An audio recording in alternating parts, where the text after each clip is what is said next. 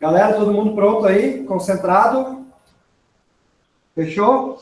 Então, vamos falar, né? Como a aula de biologia, vamos falar dos aspectos biológicos. Não vou me alongar muito em aspectos de pandemia, de números. Só falar alguma coisinha no final em relação a isso, mas vamos deixar essa parte da física, da matemática para os outros professores e vamos falar um pouco dos aspectos biológicos, então, da pandemia. Então, pode passar, Rafa, por favor? Pode passar. Pode operar a luz novamente. Isso.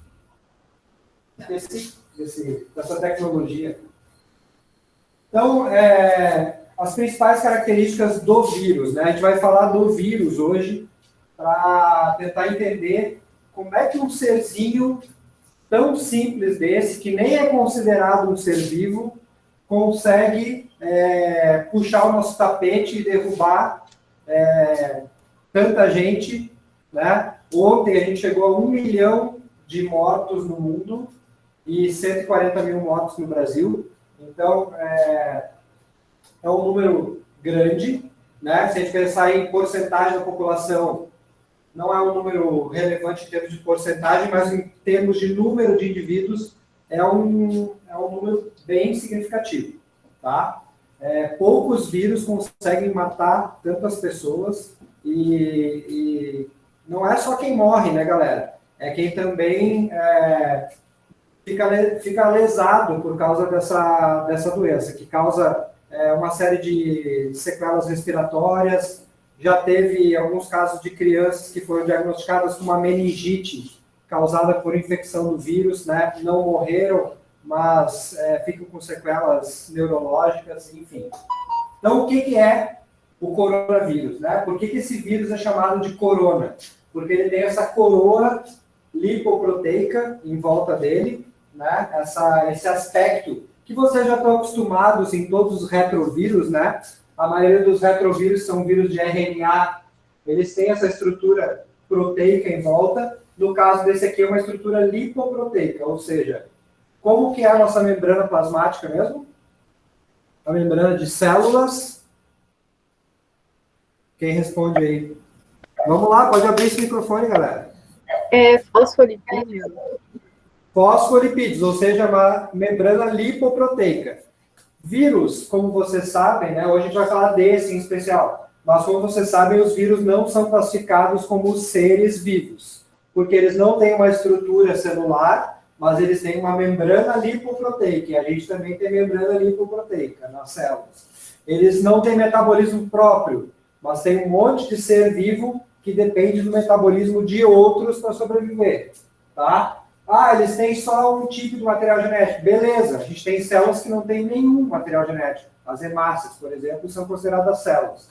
Ou seja, aquele velho papo que a gente já discutiu nas aulas, em que isso aqui é um conceito atrasado de ciência. Dizer que vírus não são seres, porque não tem certas estruturas, a gente tem que rever o que é o conceito de célula, o que é o conceito de estrutura biológica.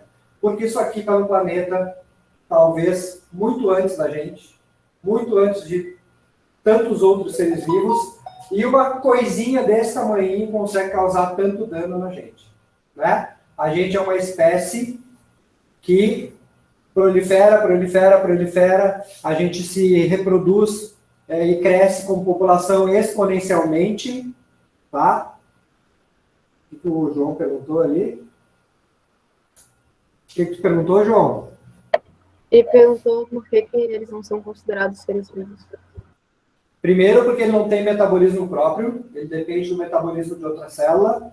Eles não conseguem se autoduplicar, porque eles têm só RNA ou DNA, e todos os outros seres vivos têm os dois materiais genéticos. E eles não têm uma constituição celular, uma estrutura celular. Mas aí que tá. O que é uma estrutura celular? Será que esse conceito de célula não está ultrapassado? A minha pergunta para vocês é, de quando é o conceito de célula? Que ano? Rafa, pode dar um zoom um pouquinho para conseguir ler o slide? Obrigada. Quando que é o conceito de célula, galera? De quando?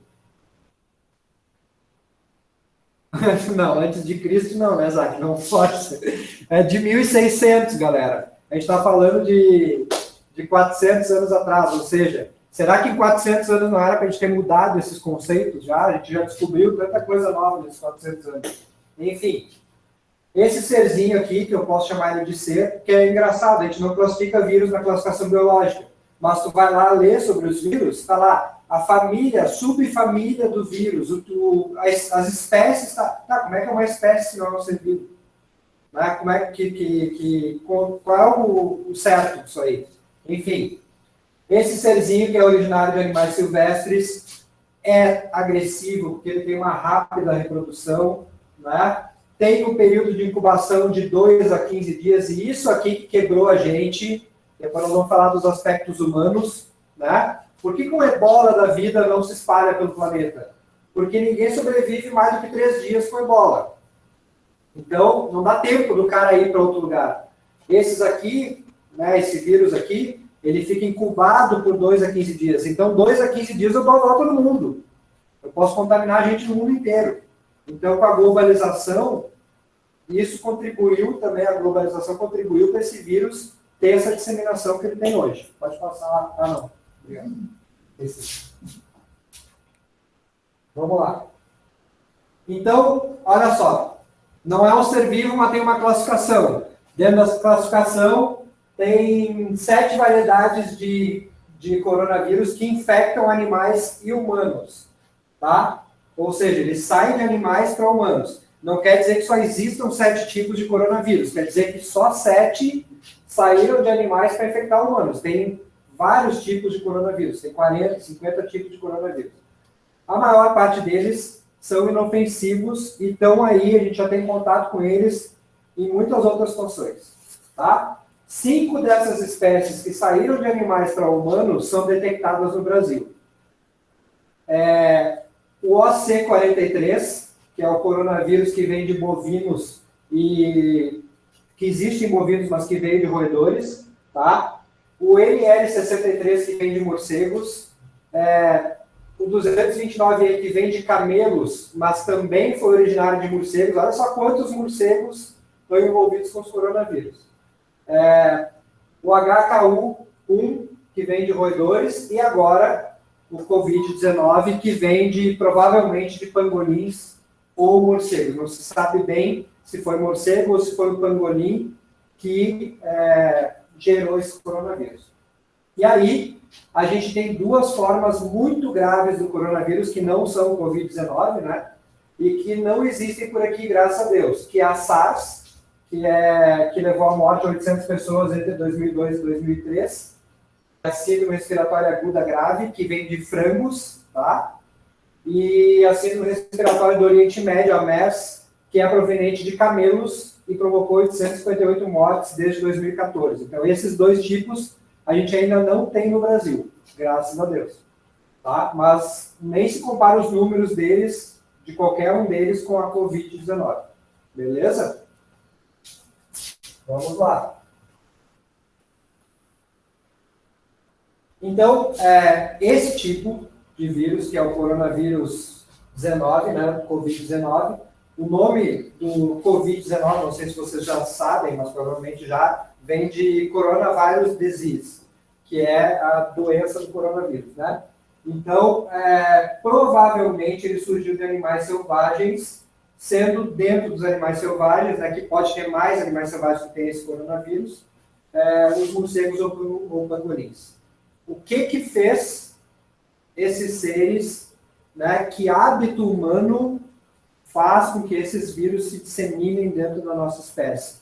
Um hábito nada recomendável de consumir animais selvagens. Tá? Tem muitos vírus, galera, que são provenientes de animais selvagens e que no animal selvagem ele não gera nada.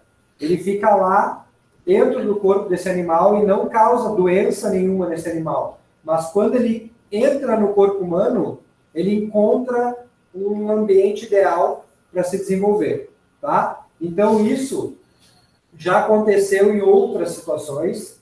Tá? E a gente tem, provavelmente, uma das teorias até do surgimento do HIV é essa, tá? De que os caras consumiam carne de macaco e nos primeiros momentos Tchau, Malito. Até 2021, gente. Tá? Nos primeiros momentos, então, que as pessoas consumiram essa carne, o ambiente se tornou ideal para esse vírus se desenvolver. Tá? Então, tem vários vírus que são assim, e aí a gente tem lá naquela região da Ásia, principalmente, a cultura de comer qualquer tipo de animal, seja ele invertebrado, vertebrado, só que, obviamente, né, um vírus tem muito mais chance de estar dentro de um vertebrado selvagem, de um mamífero, do que e encontrar a situação ideal para viver com a gente, do que em um outro animal que a gente já consome, né, como crustáceos, peixes, outras coisas. Então, consumir mamíferos selvagens é muito perigoso, em vários aspectos. Não é só vírus, tá, galera? Tem outros seres que estão lá, bactérias, coisas assim, que a gente não está acostumado e que também acham um ambiente ideal no nosso corpo. Beleza? Opa! Vamos lá. Formas de disseminação. Bom, isso aqui vocês estão cansados de ver, né? Na TV, todos os lugares agora estão passando isso aqui. Então, como é que se dissemina esse vírus? Né? Por líquidos corporais e superfícies contaminadas com esses líquidos corporais. Então, gotículas de saliva, espirro, tosse, né? O toque entre as pessoas, se houver uma superfície contaminada, catarro, né? O resíduos da respiração e os objetos ou superfície. Então, existe muitas coisas que a gente não sabe ainda sobre esse vírus, né? Quanto tempo ele fica numa superfície, tem superfície que ele fica mais tempo, tem superfície que ele fica menos tempo, né? Na nossa pele, né? Se eu contaminar minha mão, quanto tempo que ele fica. A gente tem que aprender muito, porque foi um negócio muito rápido, né? Embora todo o foco do planeta inteiro esteja em estudar esse vírus, as coisas aconteceram de forma muito rápida, a gente tem muito pouca informação sobre ele, e a gente tem um outro problema, que são as informações erradas, as informações que a gente não sabe se pode confiar ou não, tá? Que nós já vamos falar sobre isso. Mas, enfim, a forma de disseminação todo mundo sabe, né? Apesar de não saber quanto tempo ele fica na superfície, a gente sabe que cada vez que eu recebo um objeto, que eu pego alguma coisa, eu tenho que higienizar, porque é a forma mais eficiente de eu evitar a contaminação. Então, o nosso mundo vai mudar, né? A gente vai ter que ser muito mais higiênico, a gente vai ter que ter muito mais contato, passar o tempo inteiro lavando as mãos, o tempo inteiro usando um álcool gel. A gente vai mudar a nossa forma de ver o mundo, tá? E de conviver com o ambiente. Sintomas da Covid, né? Vamos falar da parte biológica, né? Da parte de ação dele no organismo. Primeiramente, né? A gente pode ter um conjunto desses sintomas, ou pode ter alguns desses sintomas, mas tem alguns que predominam. Quais são os que predominam? A tosse, né? A tosse seca que eles falam. Eu nunca vi uma pessoa com Covid, né? Ainda bem, nem quero ver. Mas falam que a tosse é diferente de uma tosse normal, uma tosse mais seca. A febre, né, galera, que é a primeira reação do corpo, né? Quando a gente é infectado por alguma coisa estranha, o nosso corpo tende a subir a temperatura para tentar combater com essa temperatura alta aquele organismo invasor. E um sintoma bem comum e bem relatado pelas pessoas que desenvolvem os sintomas é a fadiga muscular. A pessoa se sente cansada. Eu conheço gente saudável, atleta que teve Covid e fala, o negócio te derruba. O negócio, tu não tem força para levantar, porque a fadiga muscular é muito grande. Aí o resto é consequência, né? Congestão nasal, a diarreia, dor de cabeça, dor de garganta, coriza o tempo inteiro. Sintomas de uma gripe como qualquer outra, só que muito mais forte. Beleza? Então, tem essa questão aqui. Muitas pessoas têm isso aqui. Muitas pessoas evoluem para quadros mais graves. E muitas pessoas ficam assintomáticas. Então, qual que é o grande problema de tudo isso? O grande problema que a gente tem que fazer o distanciamento social. É que a gente não tem como controlar quem tem e quem não tem, a não ser fazendo testagem. Tá? Tem gente que nem imagina que teve e já teve. Tá? Tem gente, tem um amigo meu que ele falou, Rodrigo, eu não saí de casa durante a pandemia. Eu fiz tudo certinho e pegou sozinho em casa. Tem uma vizinha da minha mãe que pegou levando lixo embaixo do prédio. Porque a mulher não saiu de casa, é uma idosa e não saiu de casa. Não teve nada, não desenvolveu nada, mas foi fazer o teste, porque sentiu uma tontura, uma febre, e estava com Covid, ficou meio assintomática, assim, mas não se sabe como que ela pegou. Então, vem nos objetos que a gente pede, pelo correio, pela internet, enfim. A gente tem que ter todos os cuidados e, embora a maioria das pessoas fique assintomática, tem muita gente que é saudável e o negócio derruba, tá? Então, tem que cuidar disso aí. E tá, hoje eu não estou nessa tela. Galera, como é que o vírus ataca as células humanas? Simples. Como todo outro vírus de RNA, ele faz aquele ciclo lítico, então, que invadir a célula burlando o nosso sistema de defesa. Então, a gente tem, ao redor das nossas células, um conjunto de proteínas, né, que são uma barreira imunológica. Então, os anticorpos que a gente tem são essas proteínas que acoplam vários tipos de agentes invasores. E aí, o que esse vírus faz? Qual é a estratégia dele? Tirar um pouco do zoom, ele está pedindo aí. Qual é a estratégia desse vírus? A estratégia desse vírus é justamente burlar esse sistema. Então, o que ele te apresenta? O que ele apresenta para as tuas células? Ele apresenta algo que elas querem.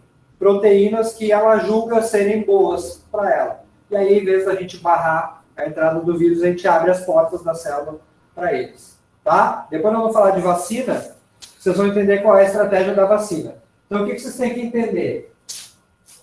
Essa estrutura celular aqui, tá? Ela permite a entrada do vírus, porque a estrutura de proteínas, a estrutura lipoproteica desse vírus, vai burlar esse sistema e apresentar algo bom para a célula. A célula puxa ele para dentro, e aí ele dentro da célula, vocês já sabem como é que os vírus agem. Ô, Tainha, Fala. Quando a gente tem contato com o vírus, quanto tempo para a gente dizer, estou com o corona? Daí depende, né? Porque tem um período de incubação. Tem gente que tem, por exemplo, assim, tu te infecta, aí tu faz o teste nos primeiros dias. Como o número viral, a carga viral é muito baixa ainda, às vezes nem detecta no organismo. Tá? Então, varia de pessoa para pessoa, vai de 2 a 15 dias. Se tu passou... Não, o que eu estava querendo saber, por exemplo, eu tive o contato, e sabendo que eu tive o contato, até eu começar a infectar, até começar tudo, então leva uns 2, 3 dias por aí. Isso, por aí. Só que assim, ó, galera, o que são essas pessoas que ficam assintomáticas? Ninguém sabe. Tem gente que está levantando teorias de que certas linhagens genéticas humanas não desenvolvem a doença. Tá? Mas isso requer um estudo a longo prazo, com uma grande representação da população, para tu dizer, pessoas que têm na genética o gene tal não têm coronavírus, não têm a doença, entendeu? Ficam assintomáticas. Porque tem uma galera que tem contato e fica assintomática. E tem uma galera que é saudável e desenvolve a doença. Então, a gente tem que ter muito estudo ainda para isso ser confirmado, tá? Mas tem cientistas que acreditam que certas linhagens genéticas humanas não desenvolvem a doença, e tem outro estudo que eu vi, que eles acreditam que tem certas pessoas que já tiveram contato com outros tipos de coronavírus, tá? Que são os tipos menos graves, e aí o organismo já identifica aquilo ali como se a pessoa já tivesse uma defesa para o coronavírus, antes desse coronavírus surgir. Tá? Tipo, já desenvolveu defesas com outros coronavírus. Mas aí, como eu falei para vocês, requer um estudo mais aprimorado e de mais longo prazo. O que ele faz, então? Engana o sistema de defesa, entra na célula, faz o ciclo lítico. O que é o ciclo lítico? Usa o DNA da célula, reproduz os vírus, lota a célula de vírus, explode a célula, que é causar a lise celular, né? O rompimento da célula, e infecta novas células. Isso acontece principalmente nas células do sistema respiratório e nas hemácias, tá? Então, ele vai causar uma pneumonia grave, uma destruição das hemácias, e aí já detectaram, isso é fato, não é suposição, já detectaram em crianças, bebês principalmente, que ele migra para o sistema neurológico, né? Principalmente células cerebrais, e invade as meninges, que são as camadas de tecido que protegem o cérebro e causam meningite, que pode levar a pessoa à morte, tá? Causa lise celular. A lise celular é o rompimento da célula. Tá? Quem foi que perguntou ali foi a Lívia, né? Então, galera, o mesmo sistema de todos os vírus, só que esse vírus é mais agressivo, ele reproduz mais rápido e ele não tem combate para ele no nosso organismo, tá? Então é isso que a gente vai falar daqui a pouco. Como é que é o tratamento disso, né? Na realidade, a gente tem que combater se prevenindo, tá? A prevenção é o melhor combate. Porque dizer, o remédio tal, a cloroquina, outro remédio funciona. Não tem prova nenhuma. Não existe, para todos os efeitos, não existe remédio contra o coronavírus. Existe remédio contra os efeitos dele. Existe como minimizar os efeitos dele. Não existe um antiviral que mate o coronavírus. Tá? Então, como é que essas pessoas se curam? O ciclo do vírus acaba. Eles mantêm a pessoa viva, fazendo o combate aos efeitos dele, e o ciclo do vírus acaba. Agora, dizer que a pessoa matou os coronavírus ou acabou com o coronavírus com remédio, não existe prova, tá? Então, é usar máscara, é fazer desinfecção, é lavar as mãos, não é lavar a mão com água, passar a mão embaixo da água, é lavar as mãos daquela forma que os médicos lavam, né? Lavar até aqui. Galera, o distanciamento social ainda é a melhor solução, né? Desinfectar os objetos que tu tem contato e quem tem contato com pessoas doentes ficar em quarentena de 15 dias, tá? Não tem outra saída para combater isso aqui por enquanto. Beleza? Vamos lá, adiante. Vacina. Está falando muito em vacina. Então, como é que é uma vacina? O que é uma vacina? É uma imunização ativa ou passiva? A gente já chegou... O que tu perguntou aí, João? Alguém lê a pergunta do João para mim, que aparece na tela e some. A gente já chegou na fase do distanciamento. Aqui, ó. Falou, a gente já chegou na fase do distanciamento, né? Não chega mais a ser classificado como isolamento. O isolamento social, o distanciamento gera o isolamento, né? Não tem... o isolamento que eles falam, às vezes a gente ouve falar na TV de isolamento. O isolamento é o isolamento da pessoa que está infectada para fazer a quarentena, né? Agora, o distanciamento social nem sempre é um isolamento, né? A gente está aqui agora, está em distanciamento social, eu, o Rafa, a Aline, mas a gente não está em isolamento, tá? A gente está respeitando os 2 metros aqui, quando a gente está mais próximo, a gente está usando máscara, mas isso vai ter que ser pelo menos até a gente ter uma vacina, né? Isso vai ter que ser um praxe entre a gente, tá? Então, sobre vacinas, tá, galera? Isso aqui é dado atualizado. Eu busquei ontem as últimas notícias sobre vacinas, tá?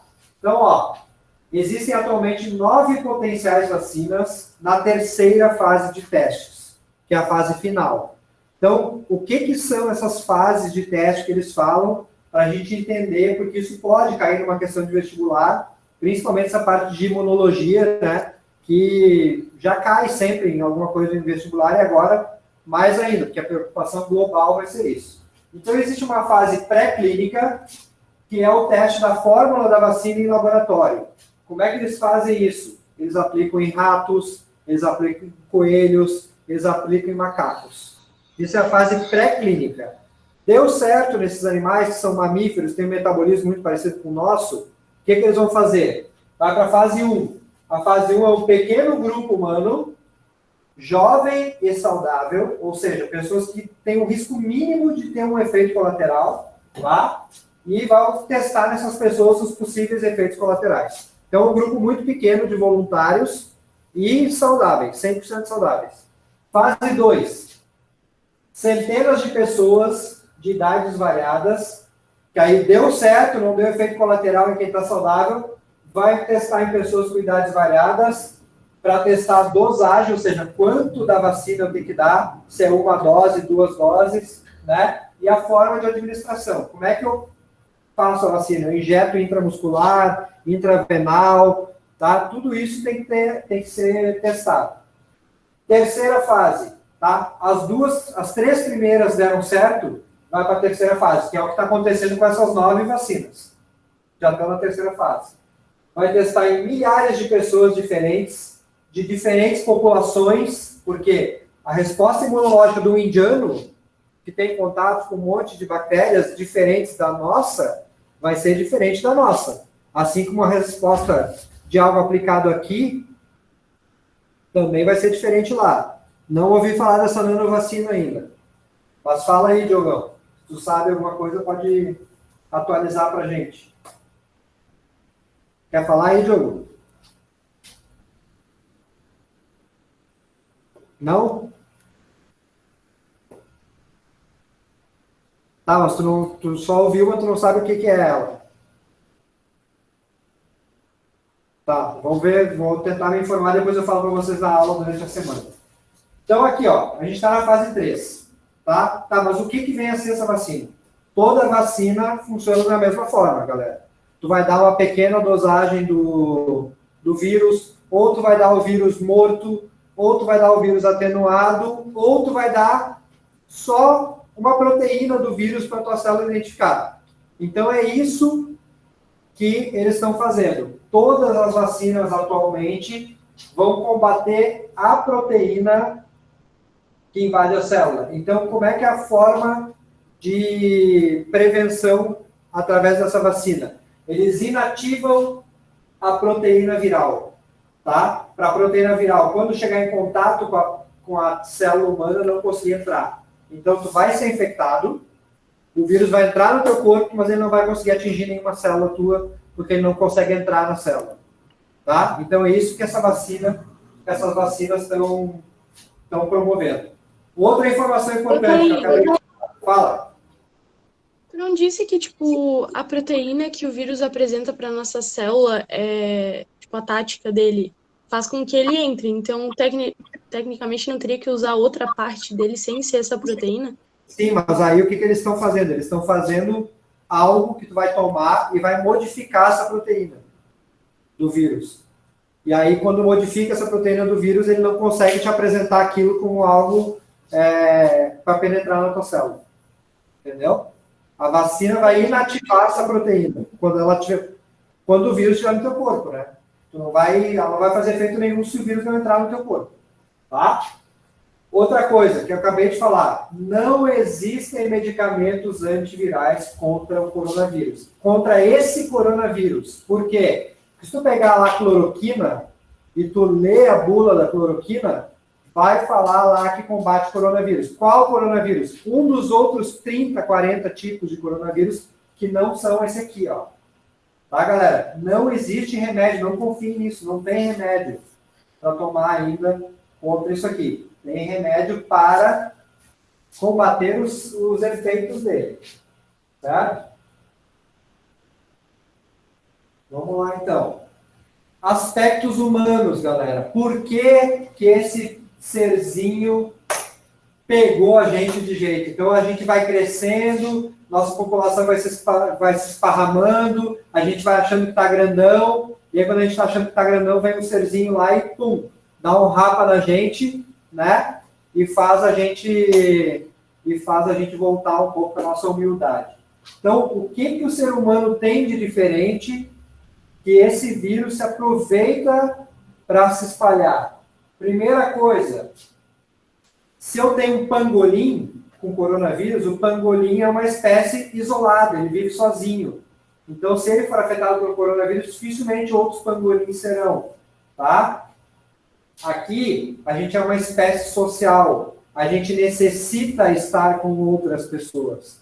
E aí, o que a gente tem? A gente tem a tal da aglomeração. Tá? A gente tem a tendência a se aglomerar. Tá? Por isso que é difícil para a gente manter o distanciamento social. Outra coisa. Se a gente vive em sociedade, a gente necessita de aprovação social. A aprovação social causa doenças muito mais graves do que o coronavírus. Como, por exemplo, depressão. Né? Pessoas que não são aceitas, né, caem em depressão e têm doença por necessidade de aprovação do grupo. Né? E por necessidade de aprovação do grupo, no caso do coronavírus, as pessoas querem saber mais que as outras. Elas querem dar notícias novas, elas querem aparecer para ter aprovação social. E aí começam as fake news. Né? Quantas coisas ruins aconteceram nessa pandemia por causa das fake news, por causa de notícia falsa. Então, o que eu digo para vocês? Eu vou falar nas considerações finais de novo. Não existe nada melhor, não existe nenhuma arma melhor do que a ciência nesse momento. Tá? A gente precisa do toque, a gente precisa estar em contato, a gente é mamífero, a gente precisa de calor humano, o abraço, né? O carinho, e isso faz com que o distanciamento social não seja cumprido. Tá? A gente não resiste, a gente não consegue segurar a onda. Tá? A gente está aqui agora, dá até vontade de chorar, né, Aline? A gente está aqui na sala de vocês e essa sala está vazia. A primeira coisa que eu lembro quando eu entrei nessa sala aqui, que antes de eu entrar na sala, a Jasmine vinha me dar um abraço. Né? A gente precisa de abraço, a gente precisa de carinho. E isso está deixando a gente triste. Tá? Isso está fazendo com que as pessoas não aguentem. As pessoas saem de casa para ver os amigos. E, cara, tem gente que acabou com a sua família porque foi num churrasco para ver os amigos e contaminou a família inteira e gente morreu. Então, não dá para a gente brincar. Infelizmente, a gente está passando por esse momento. E isso é uma arma do vírus também para se espalhar. E outra coisa é a globalização, né, galera? Por que esse vírus se espalhou? Né? Porque um monte de gente viaja para o mundo inteiro. Hoje em dia, tu pega um avião, tu atravessa o planeta, em 2 dias tu está lá do outro lado do planeta. E aí, as coisas foram se espalhando muito rápido, porque as pessoas se contaminam e elas só vão ter os sintomas de 2 a 15 dias depois. Então, 15 dias tu pode ir e voltar umas 3, 4 vezes daqui até a Austrália. Então, isso é um facilitador do vírus também. As doenças, como consequência do isolamento social, também se agravaram com a pandemia, né? As taxas de suicídio, de depressão, não tem nem o que falar, né, galera? Mas é um momento que a gente tem que ter resiliência, a gente tem que passar por cima disso. Beleza? E para finalizar, então, só as considerações finais. O vírus é extremamente agressivo biologicamente falando, né? Conhecimento científico nesse momento está acima de tudo. Não adianta vir qualquer pessoa falar que não seja com embasamento científico. Eu estou falando de ciência em qualquer área, eu não estou falando biólogo, nem médico, eu estou falando ciência social, ciência econômica, ciência biológica, tá? Mantenha e siga as orientações da OMS, já que a gente não tem muito parâmetro do que seguir, né? Vamos seguir o órgão oficial. Não há uma forma mais segura de combate ao vírus do que o distanciamento ainda, né? Enquanto a gente não achar essa vacina ou não estiver disponível para a gente. Galera, buscar sempre a fonte da informação. Não acredite em qualquer coisa que dizem para ti. Vai lá e busca da onde saiu essa informação, né? Se aquilo realmente é uma informação confiável. E uma sugestão para vocês é assistir o documentário O Dilema das Redes, tá? Que, não sei se vocês já viram, mas fala como essas fake news se espalham e fala também como as coisas são manipuladas a favor do que eles querem, tá? Inclusive na pandemia, certo? Inclusive situações que nem existem, que são criadas, fake news e viram problemas sociais. Beleza, galera? O que eu tinha que contribuir para vocês era isso. Obrigado, se cuidem. Amo muito vocês, estou morrendo de saudade de vocês. Beijo! Fique com Deus. Ô, Tainha, Fala. deixa eu perguntar uma coisa. Oi. Fala. Queres falar, Bela? Fala. Não, só estava agradecendo pra ela. Ah, tá. Obrigado, galera. Obrigado vocês aí pela presença. Tá? A galera tá em massa aí na sala essa hora da noite. Todo mundo cansado. Obrigada pela aula. Valeu. Obrigado vocês aí. Tô com muita saudade. Essa sala aqui não existe sem vocês. Essa sala foi feita para vocês. Tá? E bom ver a carinha de todo mundo aí. Uma pergunta. Fala. Tu tinha comentado na aula de vírus que eles são, tipo, já que a gente não tem predador natural, eles são, tipo, alguma forma de controlar a nossa população. Baseando nisso, não seria, tipo, inevitável um número X de pessoas morrerem por conta do Covid dele ser tão agressivo? Existe aquela teoria de Gaia, né, ou hipótese de Gaia, de que a Terra é um organismo que se autorregula.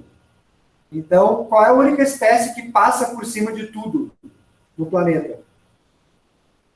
É a nossa, tá? E aí, o que acontece? Como não tem nada, a gente não tem predador, a gente domina praticamente todos os ambientes, a gente muda os ecossistemas, as coisas acontecem do nada. Então, a cada 100 anos acontece uma pandemia, né? Vem uma peste bubônica, vem uma gripe espanhola, vem o coronavírus. Aí, determinada área do planeta está sendo degradada demais, porque tem muita gente lá, vem o tsunami, vem o terremoto. Então, isso só reforça essa hipótese de Gaia, que alguma coisa controla a nossa espécie, tá? Já que a gente não tem outras formas de controle ou de autocontrole, vamos dizer assim, o planeta dá um jeito de botar a gente com humildade de novo. Então, um bichinho desse tamanho aqui derruba a gente. E derruba muita gente, porque ontem passou de 1 milhão de pessoas mortas. Beleza, galera? Perguntas? Fala, Joab.